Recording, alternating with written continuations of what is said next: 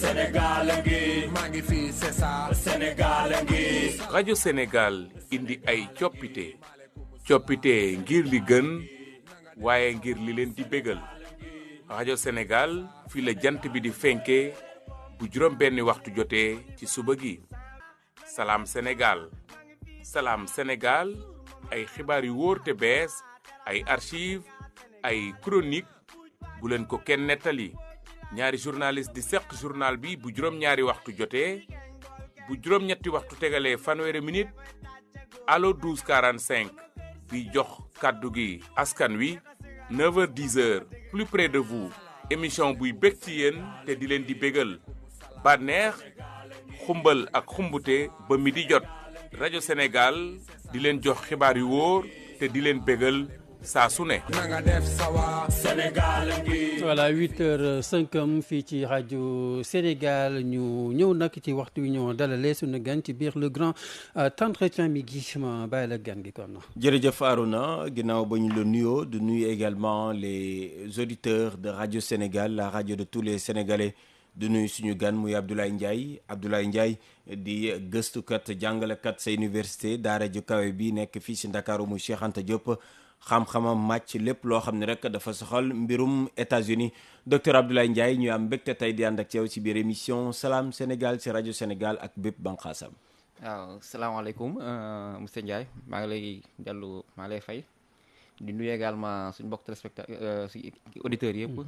di nuyu également ñu ma sekkal jotaay bi. di am yaakaar lépp lu ñu si wax dina am njariñ pour Sénégalais yi. Alors l'information est tombée Donald Trump revendique na victoire am fas yéene doon 47e président des États-Unis ginnaaw ba mu gañewaatee beneen état bu rëy muy Pennsylvanie lu nu mel est-ce que mën nañ ko waxee surprise la wala ban jàng nga si am. waaw léegi moom yaakaar naa ni leer na parce que fi ñuy waxee nii am na 266 grands électeurs. contre Kamala ay 100 et quelques ba léegi nii. te pour jël élection yi foog nga am 270 donc ñeent rek moo ko dese alors que il reste quand même environ 8 états. des na ay 8 états yoo xam te ni seen résultat génnagul carrément. amagul confirmation daal. mais am na des tendances qui sont un peu fortes. donc Trump mën na ni leer na instant yi carte yi leer na te tey sax gëm naa ni Kamala Harris nee na tey si kanam incha allah dina génn wax ak population bi. alors donc oui ban lecture ngay def si résultat yi nu mu tukkee jamono ji parce que même le président français Emmanuel Macron vient de féliciter ki nga xam ne moom Donald Trump ban lecture nga si am. waaw mën naa ni bettu ma parce que newoon na ni élection bi dafa indécis de trop. maanaam ba démb kenn mënu woon xam kan mooy gagné élection yi ba démb parce que États-Unis juróom fukk état la 50 si juróom fukk état yi. am na yu leer naññi New York California chaque fois xam na ni démocrate ñoo koy gagné. ay Texas ak ay Alabama xam na ni à chaque fois républicain ñoo koy gagné mais daal lu ñu tuddee ay états yoo xam te ni ay état pivot swing states yi. donc yooyu en fait moo fa la enjeu bi nekk. yooyu ñooy basculer parfois mu demee droite mooy les républicains parfois demee gauche les démocrates. mais foofu noonu sondage yi à chaque fois dara wax ni ay 1 point moo leen séparé te pratiquement état yooyu yëpp la woon. muy ay Géorgie. muy Pennsylvanie muy Caroline du Nord Michigan au nord ak Wisconsin et Arizona également à l'ouest ak Nevada. donc état yooyu noonu dafa serré woon de trop mais Trump amoon na avance bu ndaw. problème bi mooy parfois médias occidentaux yi. il y a des médias pro-démocrates comme CNN seeni sondage day xaw a biaisé tuuti mais en réalité li ñuy constaté mooy lan dans le monde urbain les gens votent massivement pour les démocrates. Mais dans le monde rural, les gens votent massivement pour les républicains. Et loolu noonu Trump bi mu ñëwee da ko gën a exacerbé maanaam da ko gën a yokk. parce que Trump dañuy fàttali ni l'Amérique également est une terre profondément religieuse. xam nga ñi ko fondé c'est les pères fondateurs c'est les puritains. ñooñu ñoo defoon benn genre scission beddee ko église d'école Angleterre def former seen église bopp naan the Church of England nekk les puritains. te ñooñu ils sont ba léegi ni États-Unis protestants yi ñoo fa bëri c'est pas des catholiques mais c'est des protestants c'est pour ça qu'on les appelle des protestants. Trump nag ñooñu dafa wax ak ñoom ciblé leen. ba pare touché leen bu baax a baax. et justement docteur ndax avortement bi abortion bi ak li nga xamante ne tey jii mooy yëfu ko ngóor jigéen bi ndax tey dafa déterminant ci ndamu bi nga xamante ne ñu koy annoncé bu Donald Trump. très bien question bu am solo ngoogu parce que chaque année day am question te ne ñooy gën a am solo. économie bi da see bokk immigration mais également affaire avortement. da see bokk bu baax a baax léegi de l'Afrique on voit souvent favorablement les démocrates parce que ñoom seen politique immigration moo gën a souple. dafa leer Kamala Harris ne woon na moom bu ñëwee dafay def ba ñi fa nekk ñëpp nekk en situation illégale mu fexe ba bu nekkee ñoom te dañuy liggéey amuñu problème ak justice.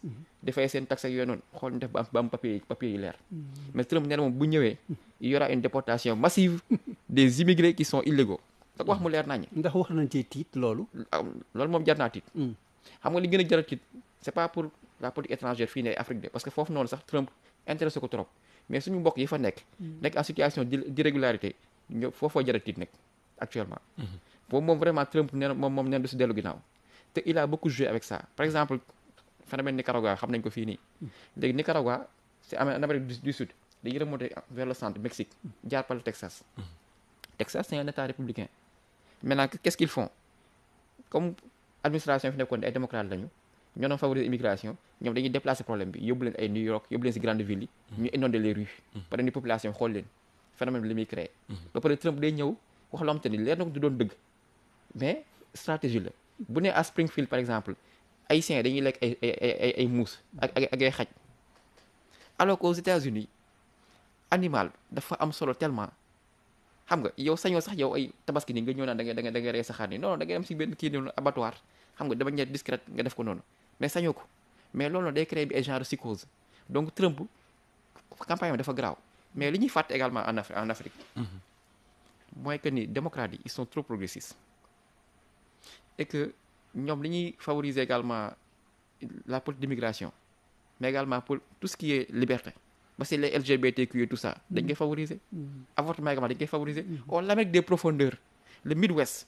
c'est entre les côtes Est et Ouest tout ça ce monde là c'est des gens qui sont profondément conservateurs te question yoon ñoom dañ see sensible moo tax ñoom léegi Trump a fait campagne sur ça naan non ñi dañuy avortement bi ba dañuy rey nouveau-né parce que dafa leer Harris dani jigéen bu nekk war naa mën a am sañ-sañu boo amee ëmb boom te ne bugg ko mu yàq ko Trump mu ni loolu noonu état yi ñoo ko war a décider parce que États-Unis c'est un état fédéral parce que c'est 50 états mais états yi conservateurs yi ñoom duñ mës a laal loolu noonu boo demee ay Texas yooyu moom ay avortement foofu moom c'est sacré donc foofu noonu également Harris amoon nañu yaakaar ne dina fa marqué ay points ndax même les femmes blanches là parce que foofu noonu seen carrière moo ñu gën a ñor de plus en plus waaye dafa mel ni moom jigéen ñi également votel nañ ko sax bu baax a baax ci élection yi si jigéen ñi votel nañ ko mais Harris lañ gën a votel mais problème bi mooy Harris oui Harris parle d'elle waaw jigéen ñi moom votel nañ ko mais problème bi également mooy Harris elle a hérité de l'administration Biden te am na ñaari mbir yu leen soloon les conflits en Israël Palestine et en Ukraine Amérique xam nga Trump moom daan America first Amérique moo ma ñor mu ne xaalis ñuy yàq di koy yóbbu ci ay guerre di koy yóbbu di investir ba ci ay Nations Unies parce que États-Unis pratiquement 25% budget Nations Unies ñoom ñoo ko ci def c'est une nation qui est extrêmement puissante et qui pèse énormément OMS même chose léegi Trump moom daan loolu dañ koy wàññi drastiquement def ko suñu dëkk xam nga quand on parle de discours populiste xam nga mu ngi lii populisme la mais il y a des gens qui sont sensibles à ça même pour l'économie boo jëlee ville mel ni Detroit au nord la ville de Détroit xam te ne ay General Motors fa la nekkoon mooy industrie automobile bi mais gars yi commencé délocalisation yi parce que le chinois par exemple l'américain bi def nga fay ko ay $20 de l'heure le chinois ba ko fayee $5 mu def ko mais day créer augmentation du chômage donc Trump moom maanaam discours am ça fait mouche dans beaucoup par rapport à beaucoup de couches de la société léegi nag moo tax ñun médias dañ koy relayer ak ñun ni koy comprendre yenn saa day xaw a wute d'accord alors Donald Trump c'est un retour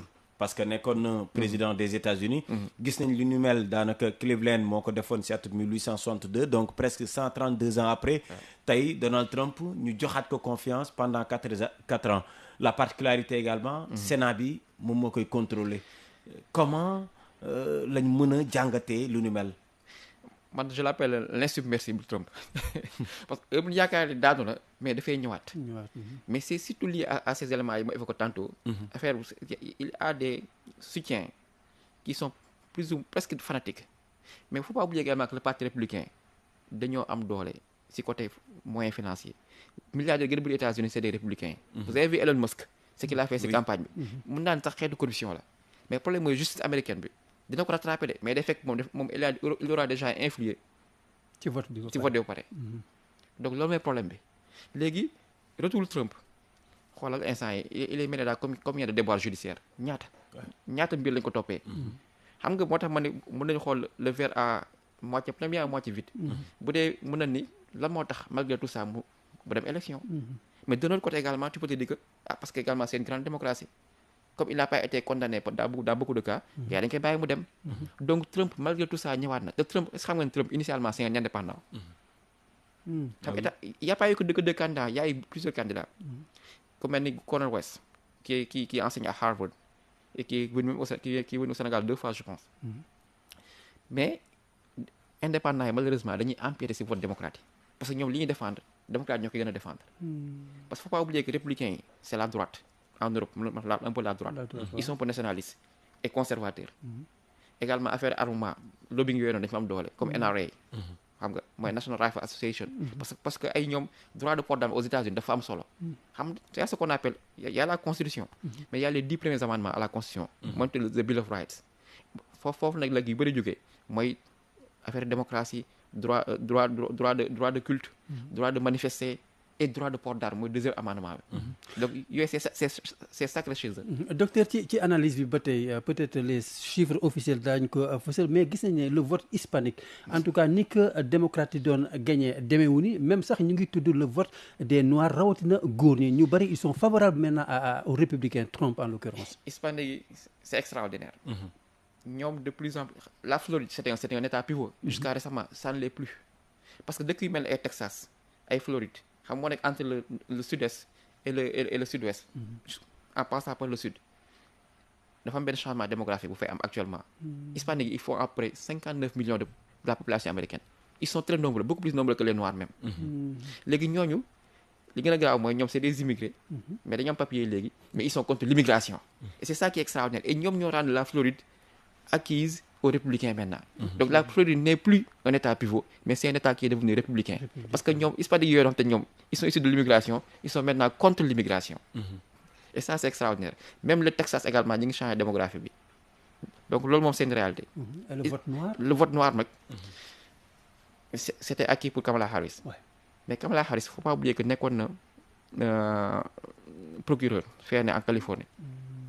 te bi mu fa nekkee taux de condamnation c'était extrêmement élevé vis-à-vis des noirs moo tax ñenn ñi dox naan kii elle n'est pas vraiment noire à 100%. côté mentalité côté ni muy doxalee ak yooyu noonu. parce que moom sa maman est d'origine indienne. son père d'origine jamaïcaine. États-Unis dañu tuddee one drop blood boo amee 1% de sang noir tu es considéré comme étant noir. mais moom ses deux parents sont des docteurs. c'est un peu comme Martin Luther King par exemple comparé ak Malcolm X. c'est des familles xam te ni élitistes xam te ni dañoo jàng am yenn kii yi niveau yooyu noonu quoi. donc même yi ñuy fréquenter sax dafa am solo moo tax démb elle a passé la journée à Howard University. c'est à Washington.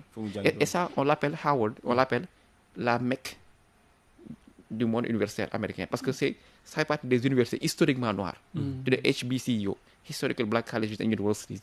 donc mooy LSU mooy Howard foofu noir yi foofu c'est 100% noir pratiquement. elle voulait marquer le pas wane que ni vraiment man si yéen laa bokk.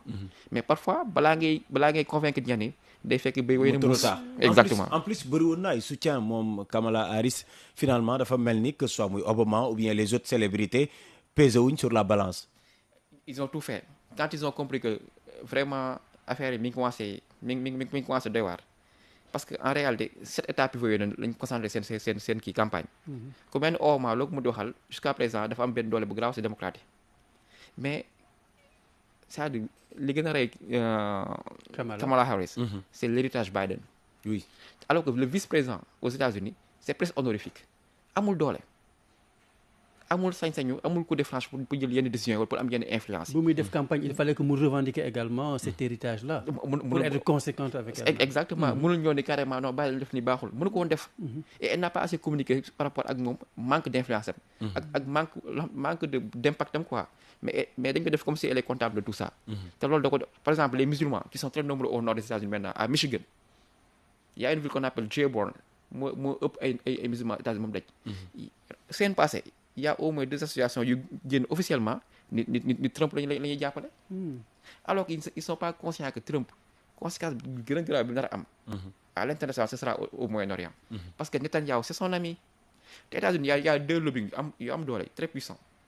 NRA mooy affaire armée mais également AIPAC ça c'est les juifs. de Trump il a fait allégeance à ces gens-là. faut pas oublier que de 2016 à 2020 c'est lui qui avait accepté unilatéralement que Jérusalem soit la capitale d'Israël. unilatéralement. xëy rek wax ko. waaw léegi noirs yi di nekk États-Unis donc musulmans yi du moins xam te ne dañoo mere Biden dem jàppale Trump dañoo mere Biden de mais xam nga Trump est encore pire par rapport à ça. Trump politique étrangère moom en général yorom nekk si parce que moom dana am America first moom Amérique moo ko ñor et Afrique nii d'ailleurs il n'est jamais venu en Afrique. de 2016 à 2020 il n'est jamais venu en Afrique ça ne l'intéresse pas trop mais d'un autre côté également day bàyyi les diplomates américains parce que am na ñu mën woon si diplomate yi que di Trump au moins bu fi nekkee moom. du leen teg ay pression wala dañ jox yenn. si Netanyahu woowu ngay wax sax mi ngi def léegi benn tweet di saluer le plus grand retour de l'histoire moom lay waxaat par rapport ak cette victoire annoncée de Donald Trump. non xolam dina sedd moom. kontaan na. Netanyahu moom dina kontaan. parce que wax naa leen ko Trump xaritam la et puis Trump il a plus fait allégeance à AIPAC. que léegi problème bi mooy Kamala Harris. peut-être erreur boobu la def wolof ñu naan ragal féete day xañe wërsëg. parce que problème mooy policiers dañuy jouer à l'équilibriste.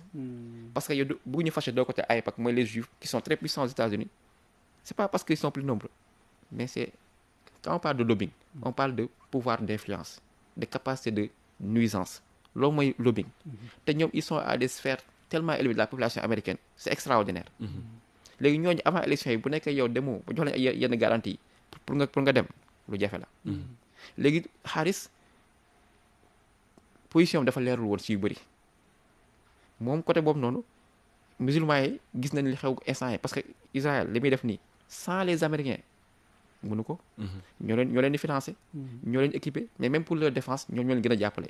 parce que seen base militaire yi am doole États-Unis dañu am ay base militaire surtout en Allemagne en Europe. xam ngeen Allemagne depuis la fin de la guerre froide amatul pratiquement dafa démilitarisé wu carrément. léegi base militaire bi gën a mag des États-Unis c'est en Allemagne. moo tax ñoom pour ñu réagir dem Moyen-Orient en Corée du Sud en Arabie Saoudite. ils ont des bases militaires extrêmement puissantes là-bas à Guam également en Asie du Sud-Est.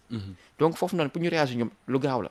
yaa ngi fàtte bi ñu naan non Russie mi ngi waaye song Ukraine. européen naan non ils ont toutes les informations parce que ñu ngi foofu yëpp. comprendre nga. léegi nag loolu également problème bu mag a mag la yaa ngi comprendre. léegi daal xam naa ni une bonne partie des musulmans. a voté pour Trump. ndax mere l'administration Biden. parce que dans les universités américaines yi gën a mag surtout. il y a eu des protestations extrêmement virulentes contre ce qui se passe à Gaza. et puis même en Ukraine parce que américains dañ naan non comment ils peuvent prendre des milliards de dollars di ko jox ukrainiens yi. pendant que aussi aux États-Unis on a quelques soucis on a quelques problèmes également. Il y a des problèmes même aux États-Unis il y a des problèmes. parce qu'il y a également ce qu'on appelle des disparités. donc arrivé Trump bi arrivé Trump bi ndax mën na nekk bonne nouvelle Ukraine yaa ngi koy wax waaye également Proche-Orient yaa ngi koy wax sànq Trump en tout cas yoonam newul ci politique étrangère moom li ko ñor dëgg-dëgg mooy lii xew États-Unis. peut-être pour la guerre d'Ukraine. mën na accélérer la fin de la guerre. ndax moom parce que même démb benn instant amoon na ay alerte à la bombe. dans quelques endroits.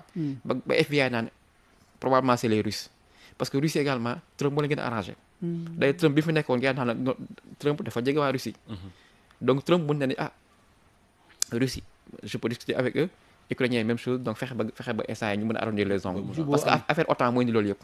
alors en parlant de ces politiques là loi de la proximité dañuy defaat focus ci Afrique. Afrique particulièrement également le Sénégal ban enseignement tey la ñu war a tirer ci retouru Trump malgré les craintes yi nga xam ni sànq wax nga ko.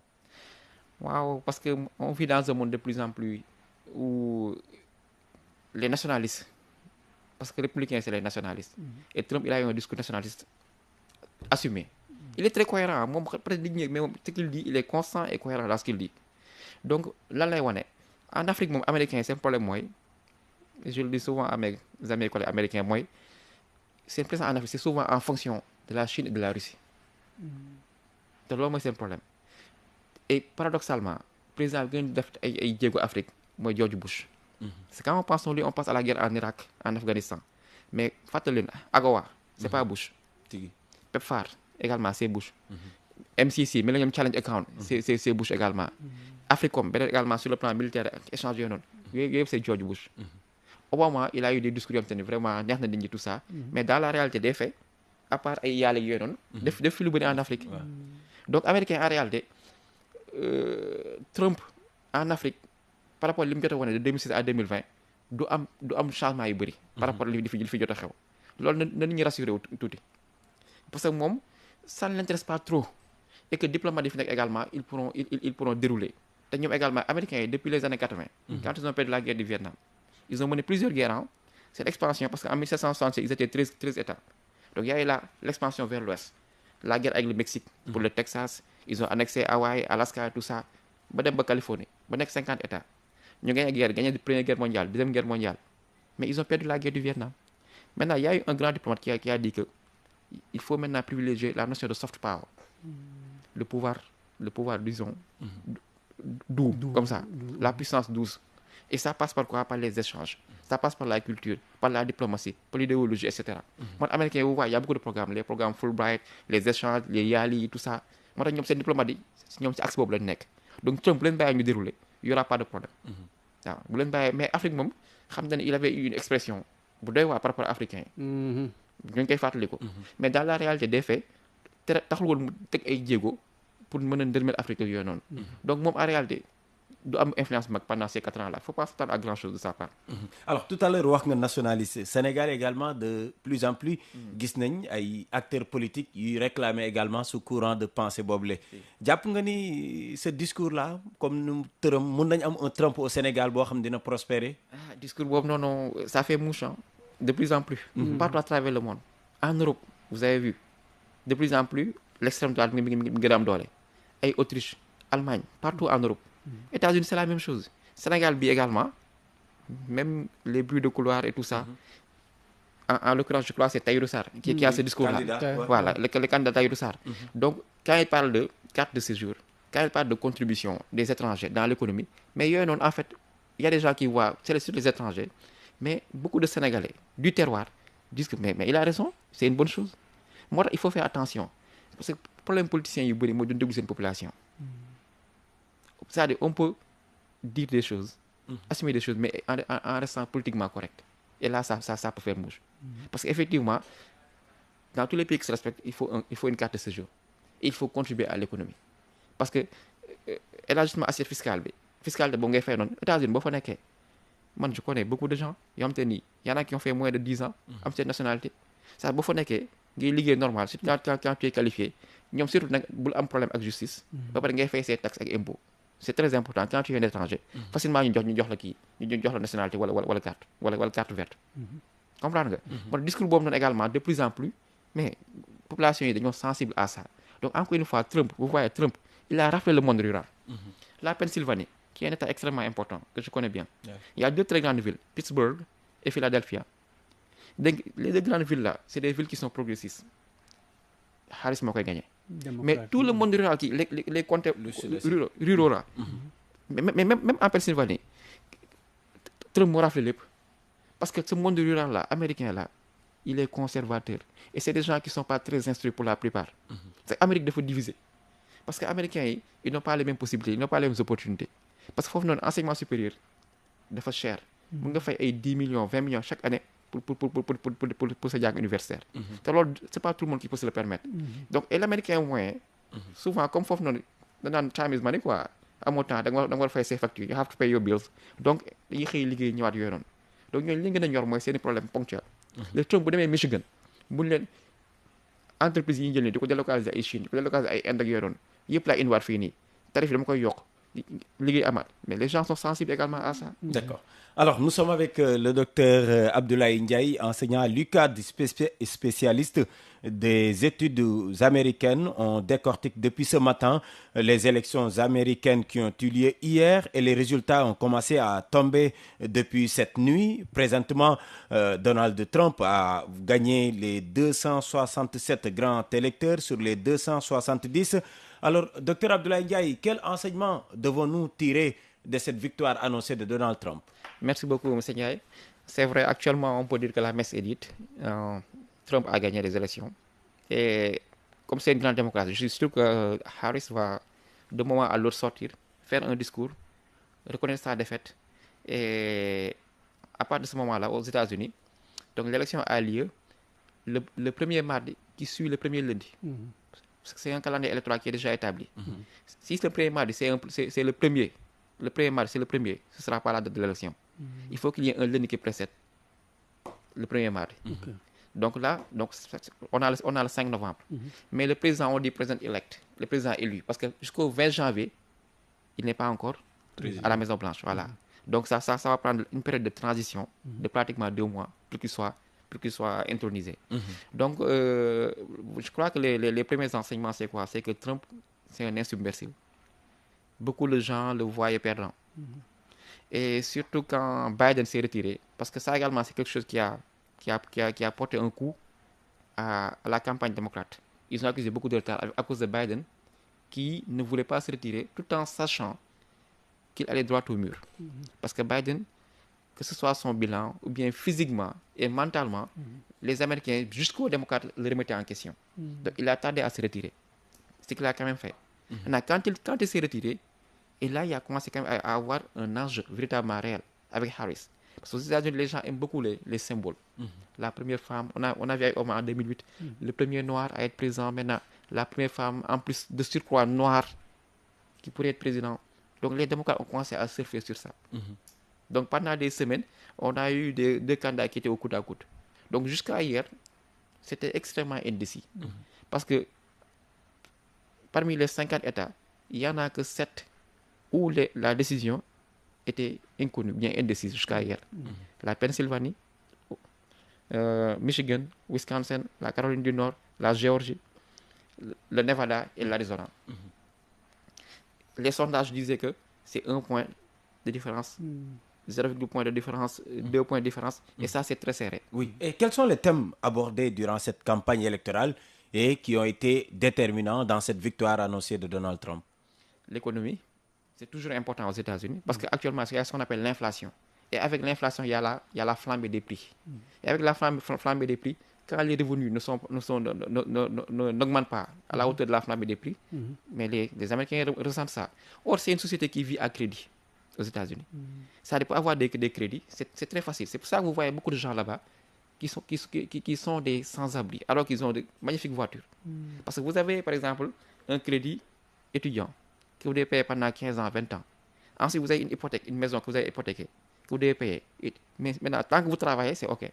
Maintenant, si vous payez votre travail et que ça dure, mais la banque peut se saisir de vos biens. Et là, vous voyez des gens qui dorment dans leur voiture, qui vont généralement dans les salles de sport, s'entraîner. Ils ont un abonnement, là-bas, c'est pas cher. Et ils prennent leur bien là-bas. Et ensuite, ils vont à leurs occupations. Donc, l'économie. Maintenant, comment expliquer aujourd'hui le basculement également annoncé du vote hispanique et noir au profit des républicains? Très bien. Et ça, c'est une bonne transition. L'économie, l'immigration. Également, c'est un sujet qui est très important et qui est très déterminant pour le vote. Et on voit que les hispaniques, qui est la première grande minorité, parce qu'en États-Unis, on parle de... C'est un pays qui est WASP, ce qu'on appelle WASP, White Anglo-Saxon Protestant. Donc, quand on est blanc, il y a des gens qui disent que Trump, s'il est toujours en course, malgré tout ça, c'est parce qu'il est blanc et c'est parce qu'il est protestant également.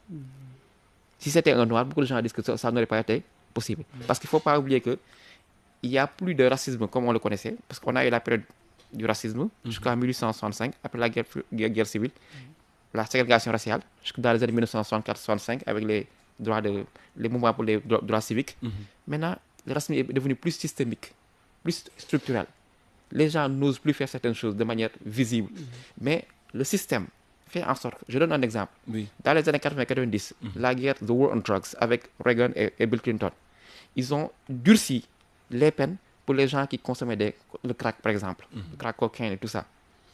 Et ce qui fait que, avec une double condamnation, vous étiez dépourvu de votre droit de vote. D'accord. Et Alors, docteur, des millions d'Américains se Oui. sont retrouvés sans avoir la possibilité de voter. Et pour la plupart, c'est des Noirs d'accord. américains. Docteur, il nous reste 30 secondes, disons une minute.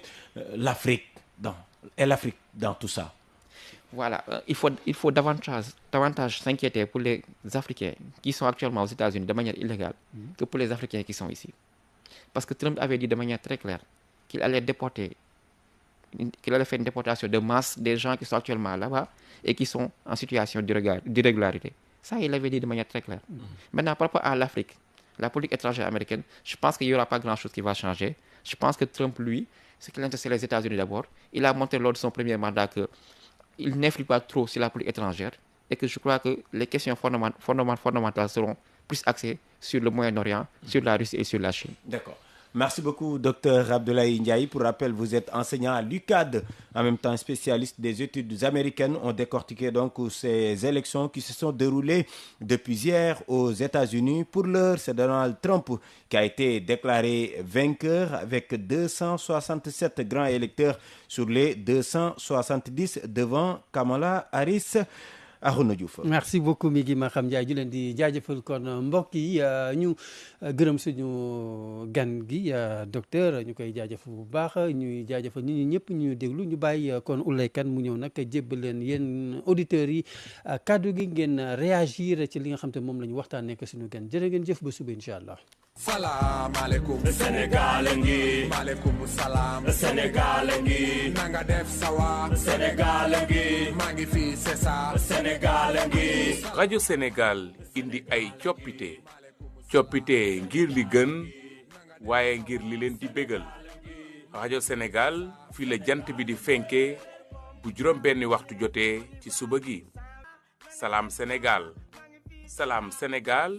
ay xibaar yu wóor te bees ay archive ay chronique bu leen ko kenn nettali ñaari journaliste di seq journal bi bu juróom-ñaari waxtu jotee bu juróom-ñetti waxtu tegalee fanweeri minute allo 12:45 bi jox kàddu gi askan wi 9h-10h plus près de vous émission buy bég ci yéen te di leen di bégal bànneex xumbal ak xumbute ba mi di jot rajo Sénégal di leen jox xibaar yu